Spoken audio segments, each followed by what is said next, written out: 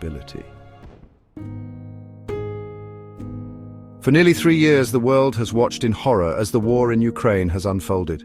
The images are stark, bombed-out buildings, reduced to rubble, families torn apart, and a generation scarred by violence. Despite countless rounds of negotiations, a ceasefire remains elusive. Both Ukrainian and Russian forces are locked in a deadly stalemate, with neither side able to achieve a decisive victory.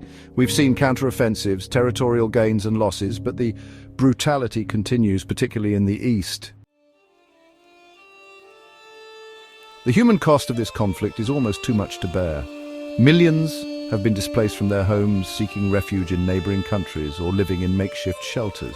The United Nations has called it one of the fastest-growing humanitarian crises of our time. Hospitals have been bombed, schools destroyed, and vital infrastructure decimated, leaving countless civilians without basic necessities. The world is responding with aid, but the needs are overwhelming. The war in Ukraine has also raised profound questions about the role of NATO. The alliance has walked a delicate tightrope, providing Ukraine with military aid and humanitarian assistance while trying to avoid a direct confrontation with Russia. The debate over Ukraine's potential NATO membership continues, adding another layer of complexity to an already volatile situation. The possibility of escalation, of miscalculation, is a constant worry. Chapter 4. Syria, a cauldron of conflict. While the world's attention has been focused on Ukraine, the Syrian civil war has entered its second decade, a grim reminder of the intractable nature of some conflicts. In recent months, we've seen a resurgence of violence in the northwest, with opposition forces, including Hay'at Tahrir al-Sham, gaining ground. The situation is incredibly fluid, with a dizzying array of actors vying for control, from the Syrian government to Turkish forces to extremist groups. For the Syrian people, it's a nightmare with no end in sight. Chapter 5. Iran's Shadow War. Adding fuel to the fire in Syria are the actions of Iran. The Iranian government has long backed the Assad regime, and in recent months, we've seen an escalation of Iranian airstrikes targeting opposition forces. This is part of a broader pattern of Iranian activity in the region, which has further destabilized an already volatile situation. The Syrian conflict has become a proxy war, with regional and international powers all vying for influence. Chapter 6. The new battlefield: cyber warfare and disinformation. The conflict in Ukraine has also highlighted the growing importance of hybrid warfare. We've seen Russia employ a wide range of tactics, from sophisticated cyber attacks on critical infrastructure to widespread disinformation campaigns aimed at sowing discord and undermining trust.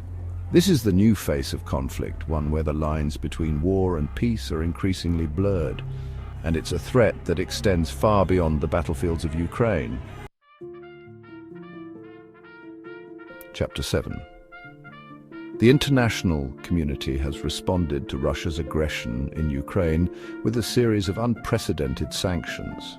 These measures have exacted a heavy toll on the Russian economy, sending the ruble into freefall and impacting everything from energy production to consumer goods. The question is, will these sanctions be enough to force Putin to change course?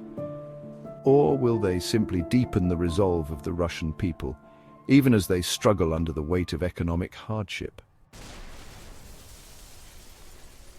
The Syrian conflict, now in its 13th year, continues to be a tragic example of a proxy war. Foreign powers, each with their own agendas, have poured weapons and resources into the country, turning Syria into a battleground for their own geopolitical ambitions. Russia, Iran, Turkey, the United States, all have played a role in fueling the violence, often with devastating consequences for the Syrian people caught in the crossfire. One of the most concerning aspects of the war in Ukraine has been the weaponization of energy.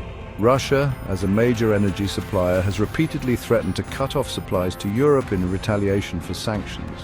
This tactic has sent shockwaves through global energy markets, driving up prices and raising serious concerns about energy security, particularly as winter approaches.